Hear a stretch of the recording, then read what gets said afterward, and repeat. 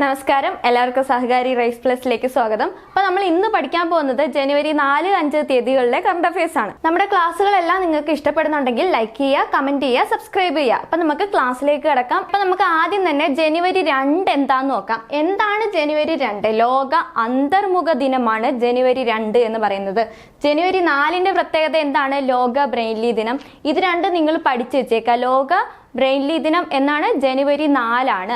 അപ്പോൾ ഈ ബ്രെയിൻലി എന്ന് പറഞ്ഞാൽ എന്താണ്? നമ്മൾ കഴിഞ്ഞ ക്ലാസ്സിലും പഠിച്ചതാണ് ബ്രെയിൻലിയെ പറ്റി, അല്ലേ? അപ്പോൾ എന്താണ് ബ്രെയിൻലി എന്ന് പറഞ്ഞാൽ കണ്ണ് കാണാൻ സാധിക്കാത്ത കാഴ്ചാ പരിമിതി ഉള്ളവർക്ക് എന്താണ്, അവർക്ക് ഉയർന്നു നിൽക്കുന്ന കുത്തുകളെ ഇങ്ങനെ തൊട്ട് അക്ഷരങ്ങൾ പഠിക്കാനുള്ള ഒരു സംവിധാനമാണ് ഈ ബ്രെയിൻലി എന്ന് പറയുന്നത്.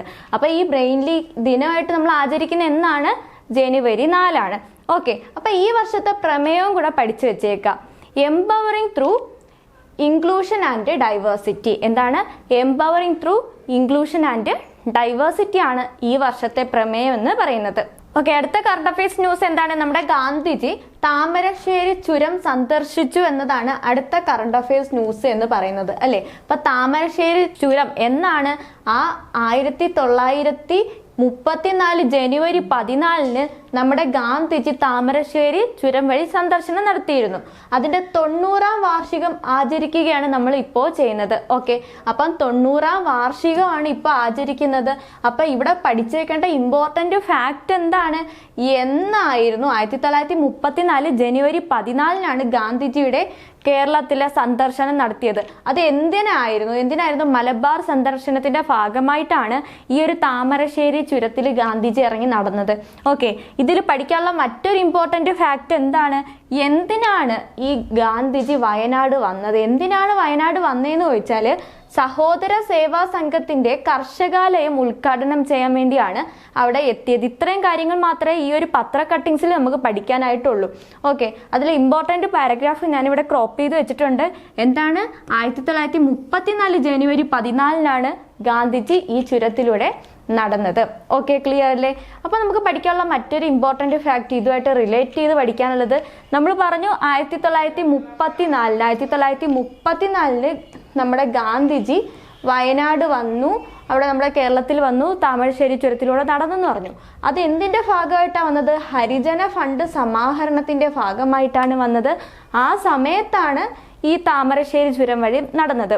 ഓക്കെ, അപ്പൊ നമുക്ക് പഠിക്കാനുള്ള മറ്റു കാര്യങ്ങൾ, ഗാന്ധിജി എത്ര തവണ കേരളത്തിൽ വന്നു, എന്നൊക്കെ വന്നു, എന്തിനു വന്നു, ഇത് നിങ്ങളൊന്ന് ഓർത്ത് വെച്ചേക്കുക. PSCക്ക് വളരെ ഇമ്പോർട്ടന്റ് ഫാക്ട്സ് ആണ് ഇതൊക്കെ. ഓക്കെ, അപ്പൊ എന്താണ് 1920 നമ്മുടെ ഗാന്ധിജി ആദ്യമായിട്ട് കേരളത്തിൽ എത്തിയത്, അല്ലെ?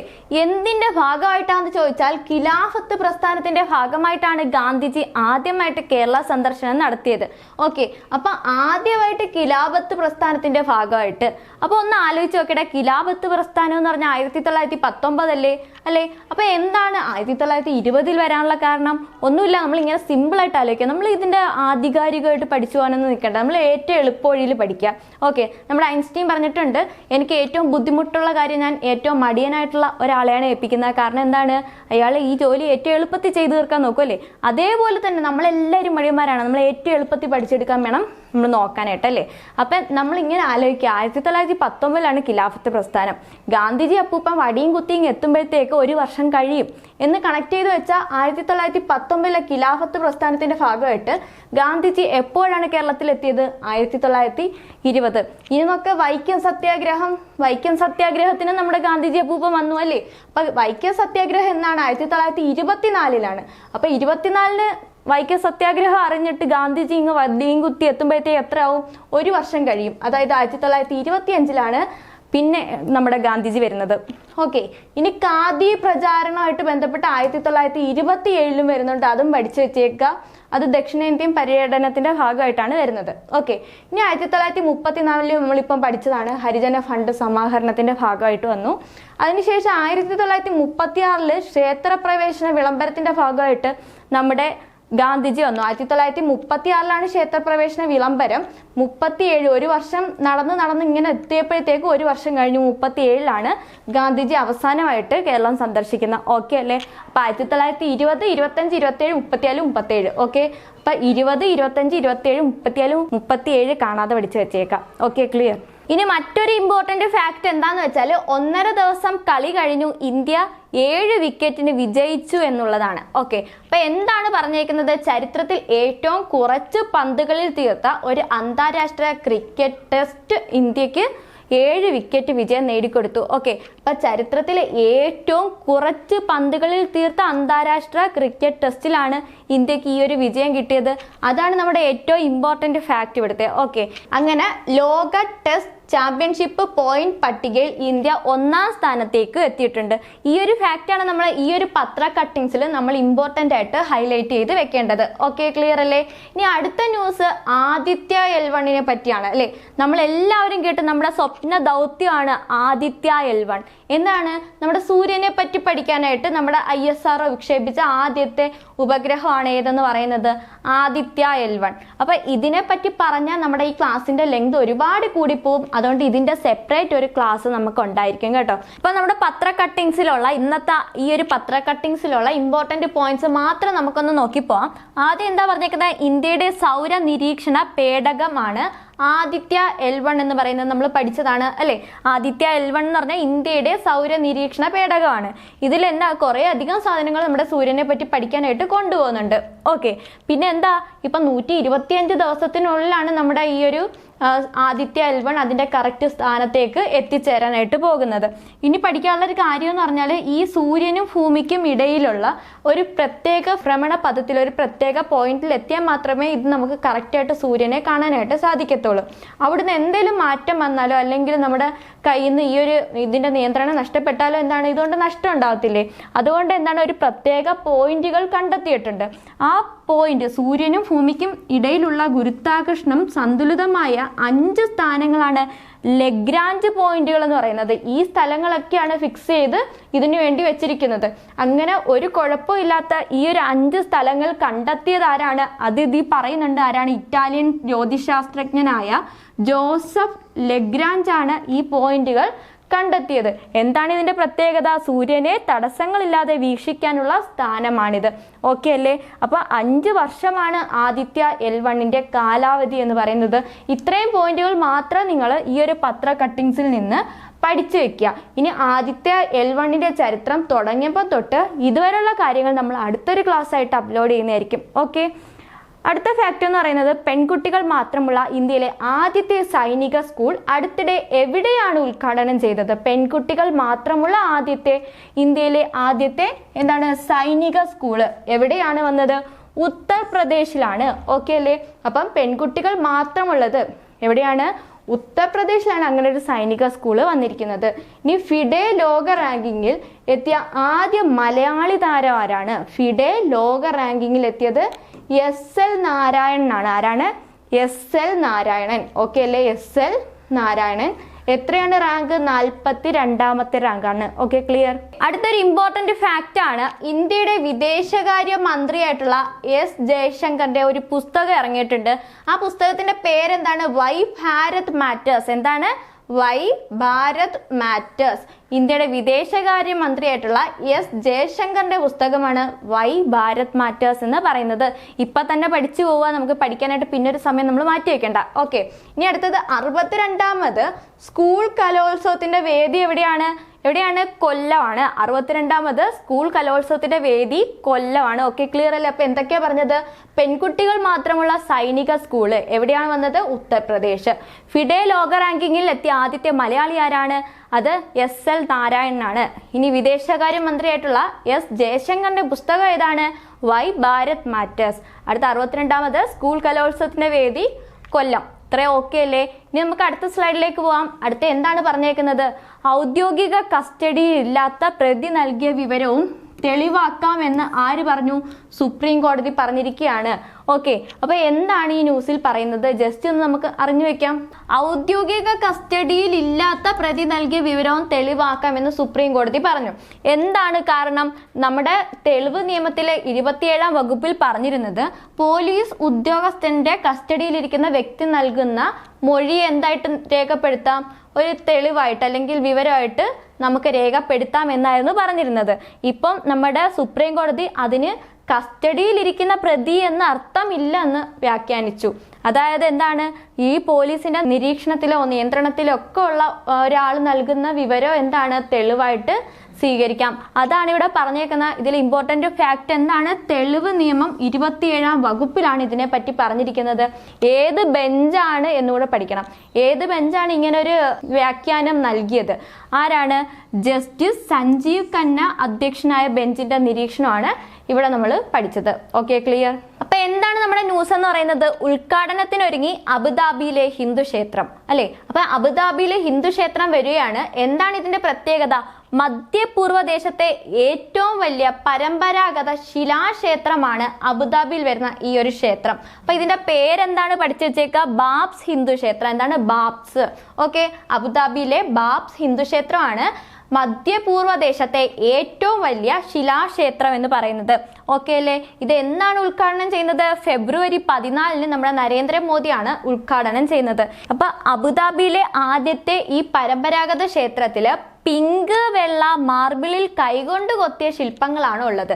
പിന്നെ എന്താണ് പ്രത്യേകത? UAE-യിലെ 7 എമിറേറ്റുകളെ പ്രതിനിധാനം ചെയ്ത് 7 കൂറ്റൻ ഗോപുരങ്ങളും ഈ ഒരു ക്ഷേത്രത്തിനുണ്ട്.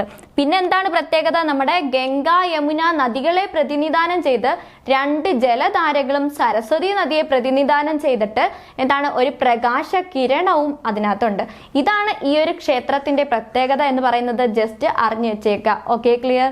അടുത്തൊരു ഇമ്പോർട്ടന്റ് ഫാക്റ്റ് ആണ്, നമ്മുടെ അരുണാചൽ പ്രദേശിലെ 3 ഉൽപ്പന്നങ്ങളെ എന്താണ് GI രജിസ്റ്റർ ഉൾപ്പെടുത്തി, അതായത് GI ടാഗ് അവർക്ക് കിട്ടി. അപ്പൊ ഏതൊക്കെയാണ് ആ ഒരു പ്രൊഡക്ട്സ്, ഏതൊക്കെ പ്രൊഡക്ട്സിനാണ് GI ടാഗ് കിട്ടിയത് എന്ന് നമുക്ക് നോക്കാം. ഏതിനൊക്കെയാണ്? ആദി കേക്കർ എന്നറിയപ്പെടുന്ന ജിഞ്ചറിനും, പിന്നെന്താണ് ഹാൻഡ് മെയ്ഡ് കാർപ്പറ്റ് ആയിട്ടുള്ള ഒരു ടിബറ്റൻ ഷെൽട്ടറിനും വാൻചോ വുഡൻ ക്രാഫ്റ്റിനുമാണ് അരുണാചൽ പ്രദേശിൽ നിന്ന് പുതുതായിട്ട് GI ടാഗ് കിട്ടിയത്.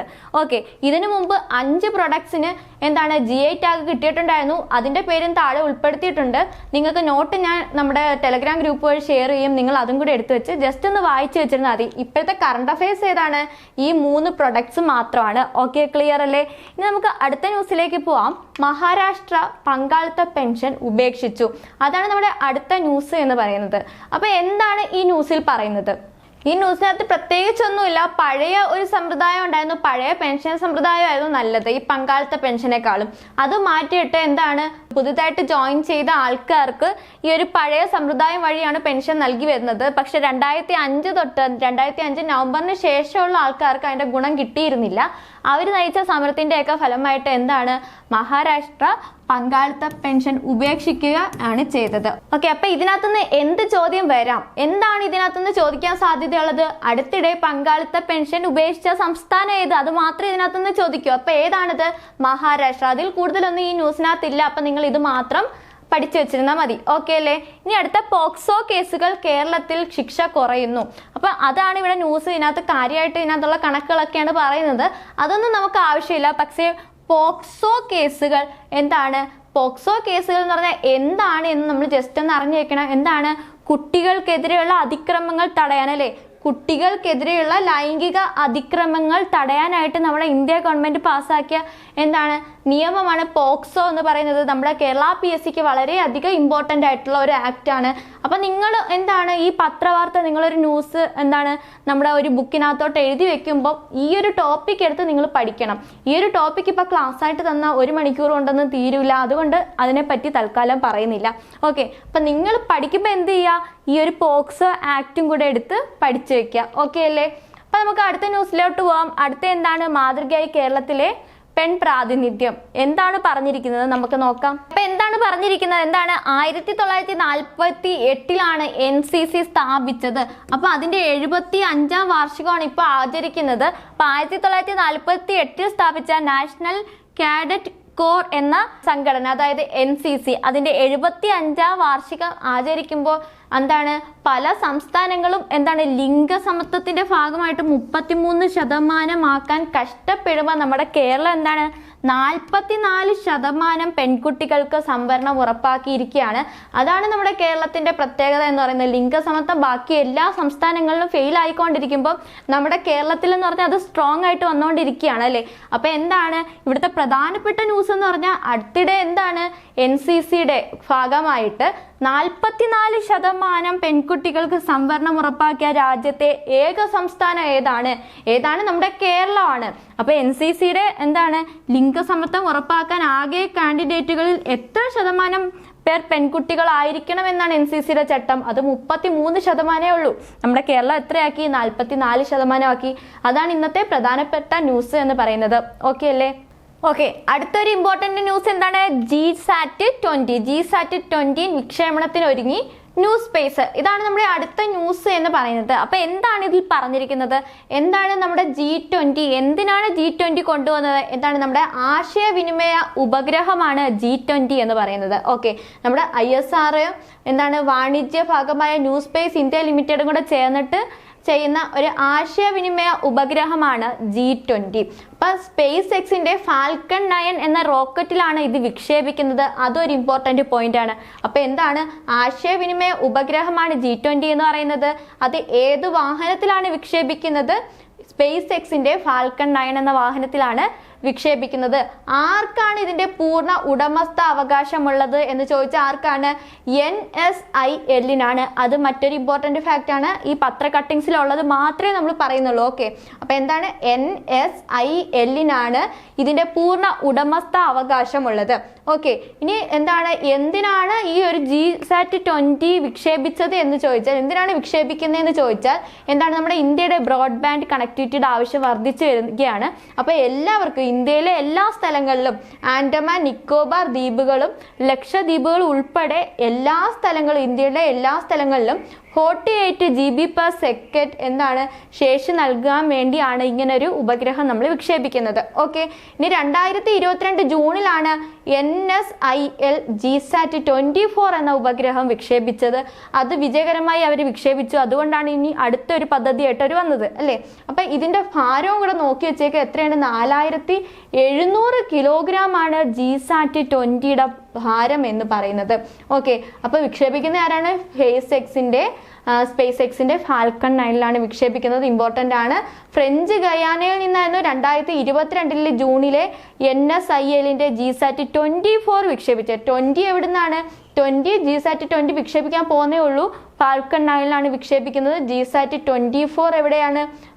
ഏരിയാൻ 5-ലാണ് വിക്ഷേപിച്ചത്. ഇത് തമ്മിൽ തിരിഞ്ഞു പോകരുത്. GSAT-24 ഏരിയാൻ 5-ഉം GSAT-20 ഇത്രയും ഭാരം ഉണ്ടായത് കൊണ്ട് ഫാൽക്കൺ 9-ലാണ് വിക്ഷേപിക്കുന്നത്. ഓക്കെ അല്ലേ? നിലവില് 11 ആശയവിനിമയ ഉപഗ്രഹങ്ങളാണ് ഈ NSIL പ്രവർത്തിപ്പിച്ചുകൊണ്ടിരിക്കുന്നത്. അതും കൂടെ ഒന്ന് പഠിച്ചു വെച്ചേക്കാം. പിന്നെ എന്താണ് ഫാൽക്കൺ 9? നമ്മൾ ഇത്രയും നേരം ഫാൽക്കൺ 9 എന്ന് പറഞ്ഞു. അപ്പൊ എന്താണ് ഫാൽക്കൺ 9 എന്ന് പറയുന്നത്? ഇലോൺ മസ്കിന്റെ സ്പേസ് എക്സ് നിർമ്മിച്ച പുനരുപയോഗിക്കാവുന്ന റോക്കറ്റാണ് ഫാൽക്കൺ 9 എന്ന് പറയുന്നത്. ഓക്കെ, അതും കൂടെ പഠിച്ചു വെച്ചേക്ക്. എന്താണ്? ഇലോൺ മസ്കിന്റെ ആണ് സ്പേസ് എക്സ് അല്ലേ. സ്പേസ് എക്സിന്റെ സ്ഥാപകൻ ആരാണ്? ഇലോൺ മസ്ക് ആണ്. ഇലോൺ മസ്കിന്റെ സ്പേസ് എക്സ് നിർമ്മിച്ച പുനരുപയോഗിക്കാവുന്ന റോക്കറ്റ് ഏതാന്ന് വെച്ചാൽ ഏതാണ്? അത് ഫാൽക്കൺ 9 ആണ്. ഓക്കെ, 5 ടണ്ണിനടുത്ത് ഭാരമുള്ള GSAT-20 ഉപഗ്രഹത്തെ വഹിക്കാൻ ഫാൽക്കൺ 9 സാധിക്കും. അതുകൊണ്ടാണ് ഫാൽക്കൺ 9 നമ്മൾ വിക്ഷേപിക്കുന്നത്. ഓക്കെ അല്ലേ? അപ്പൊ ഇത്രയും ഫാക്ട്സ് ഇതിനകത്ത് പഠിക്കാനുണ്ട്. വളരെ ഇമ്പോർട്ടൻ്റ് ആണ്. നമുക്ക് PSCക്ക് ചോദിക്കാൻ സാധിക്കുന്ന ഒരു ചോദ്യമാണ്. ഏറ്റവും ഇമ്പോർട്ടൻ്റ് ആയിട്ട് ഇതൊക്കെ PSCക്ക് ഭയങ്കര ഇഷ്ടമാണ്. അപ്പൊ ഇത് നിങ്ങൾ നല്ല രീതിയിൽ നോട്ട് ചെയ്ത് വെച്ചേക്കുക. ഒരുപാട് പോയിന്റ് ഇന്നത്തെ പത്രത്തിൽ തന്നെ ഉണ്ടല്ലേ. അപ്പൊ ഇത്രയും പോയിന്റ്സ് നോക്കി വെച്ചേക്കുക. ആശയവിനിമയ ഉപഗ്രഹമാണ്. എന്താണ്? സ്പേസ് എക്സിന്റെ ഫാൽക്കൺ 9 വിക്ഷേപിക്കുന്നത്. ഭാരം എത്രയാണ്? 4700 കിലോഗ്രാം ആണ് ഭാരമായിട്ട് വരുന്നത്. പിന്നെന്താണ്? ഇതിനു മുന്നേ NSIL എവിടാ വിക്ഷേപിച്ചത്? GSAT-24. അത് ഏരിയാൻ 5-ല് ഫ്രഞ്ച് ഗയാനയിൽ നിന്നാണ് വിക്ഷേപിച്ചത്. ഇത്രയും ഫാക്ട് വളരെ ഇമ്പോർട്ടൻ്റ് ആയിട്ടൊന്ന് നോട്ട് ചെയ്ത് വെച്ചേക്കാം. Okay, clear? അപ്പൊ ഇത്രയും ഫാക്ട്സ് ആണ് നമുക്ക് ജനുവരി 4-5 തീയതികളിലെ ഇമ്പോർട്ടൻ്റ് കറണ്ട് അഫയേഴ്സിൽ പഠിക്കാനായിട്ടുള്ളത്. നിങ്ങൾ നല്ല രീതിയിൽ ഇത് പഠിച്ച് വരിക. ഇനി നമുക്ക് ഇതിൻ്റെ ഒരു റിവിഷൻ സെക്ഷൻ അടുത്ത ക്ലാസ്സിൽ കൊണ്ടുവരാം. അപ്പം നിങ്ങൾക്ക് കഴിഞ്ഞ ഒരാഴ്ച നമ്മൾ പഠിച്ചതെല്ലാം സെറ്റ് ആവും. പിന്നെ ടോപ്പിക് വൈസ് ഉള്ള കറണ്ട് അഫയേഴ്സും കൂടെ ആകുമ്പോഴത്തേക്ക് നിങ്ങൾക്ക് എക്സാം ആകുമ്പോഴത്തേക്ക് എല്ലാം നല്ലൊരു റിവിഷനിലായിട്ട് നിങ്ങളുടെ കയ്യിൽ ഒതുങ്ങി നിൽക്കും. ഓക്കെ, അപ്പം എന്ത് ചെയ്യുക? കറക്റ്റായിട്ട് നമ്മുടെ ക്ലാസ്സുകൾ ഫോളോ ചെയ്യുക. അപ്പം നിങ്ങൾക്ക് അതിൻ്റെ ഗുണം ഉറപ്പായിട്ട് കിട്ടും. അപ്പം അടുത്ത ക്ലാസ്സിൽ കാണാം. അതുവരെ എല്ലാവർക്കും ഗുഡ് ബൈ.